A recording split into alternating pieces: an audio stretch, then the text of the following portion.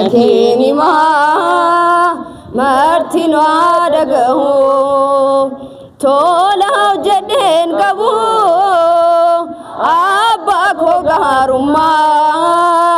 nafayiste antola keenima galanni afanko folake yagahu ulfinakeenima martino adagahu tola jedhen qabu abba ko garumma nafayiste antola keenima yakifame niko folake nadokse kabaju daddabe ani abomike adunyat firome dahandike gadise wallalumma kotu sena dagachise galanni afango folake agahu ulfinakeenima martino adagahu tola jedhen qabu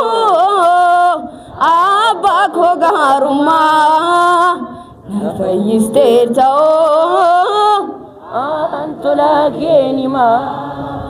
aniyane gofta lubbudan turuko situ yaade male yo nagahu kanko dubbade himfitu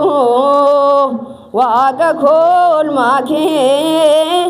galatomi male adarjumanke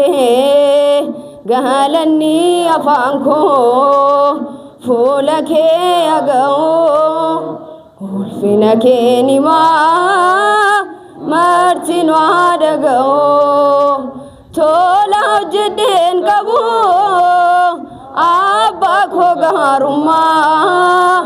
nafayiste antola keenima buahin arganne olif gadi jore hunduma ilale setu anaf jale kanati ulfate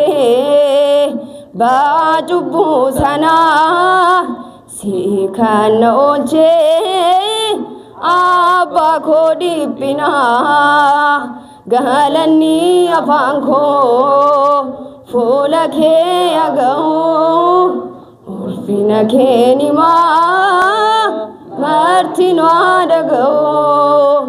tola jedhen qabu abba ko garumma nafayiste antola keenima obola firiko akka keenan taane lafa dhibe kanko orminan argine siduwatu ta'e anaf wallansako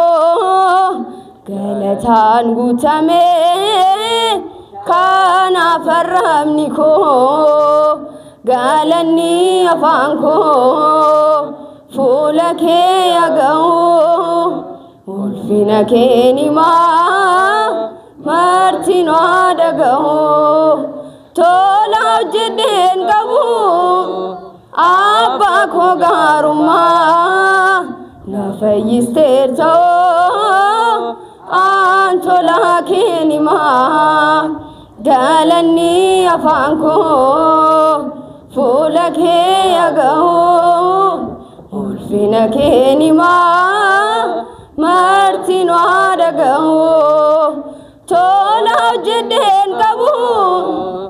abba ko garumma nafayiste antola keenima